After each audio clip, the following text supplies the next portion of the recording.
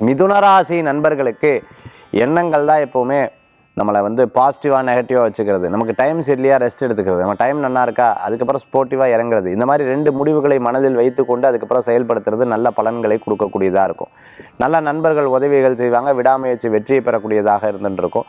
சின்ன சின்ன விஷயங்களில் கோபித்துக் கொள்வதை தவிர்த்து கொள்வது நல்லது. ஏதேனும் கடை வச்சுட்டு இருக்கிறவங்க, அதே சமயத்தில் பில்டிங் கன்ஸ்ட்ரக்ஷன் லைனில் இருந்துட்டு இருக்கவங்க, இடம் விற்பனை பண்ணிட்டு இருக்கவங்க, ரியல் எஸ்டேட் பார்த்துட்டு இருக்கிறவங்களுக்கு நல்ல முன்னேற்றம் கிடைக்கக்கூடிய அற்புதமான தினமாக இருந்து கொண்டிருக்கும். இத்தனை நாள் எனக்கு எடுத்தோன்னே டக்குன்னு புது ஐடியாஸ் எல்லாம் தோணுது. இப்போ என்னமோ தெரியல, ஐடியாஸ் தோணுது, இருந்தாலும் ஏதோ ஒரு வகையில் கொஞ்சம் தடுமாற்றம் இருக்கேன். எண்ணங்களில் மட்டும் தடுமாற்றமே ஆகக்கூடாது. அது பிறருக்கு நல்லா யூஸ்ஃபுல்லாக இருந்துருக்கும், பிறர் டப்புன்னு அதை பிரயோஜனப்படுத்திப்பாங்க. அதனால் எப்போவுமே ஒரு விஷயத்தில் ரொம்ப நிலையான சிந்தனை வைத்துக்கொள்வது நல்லது. அதனால தான் டியூவல் மைண்ட் ஆகாது, மல்டிபிள் தாட்ஸ்ன்னு சொல்லுவாங்க.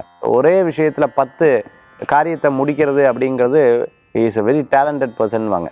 ஒரே விஷயத்தை 10,000 தடவை யோசிப்பாங்க பார்த்தீங்களா, அவர் குழப்பமான ஆள் அப்படின்ட்டுருவாங்க. அதனால் உங்களுடைய எண்ணத்தை திடப்படுத்திக்கிறதும் வலுப்படுத்திக்கிறதும் ரொம்ப அவசியம். யாருக்கு? மிதுனராசி நண்பர்கள். இன்றைய தினத்தில் நீங்கள் வழிபடக்கூடிய தெய்வம் பார்த்துட்டுனா மீனாட்சி வழிபாடு வெற்றி தரும் அற்புத வழிபாடு.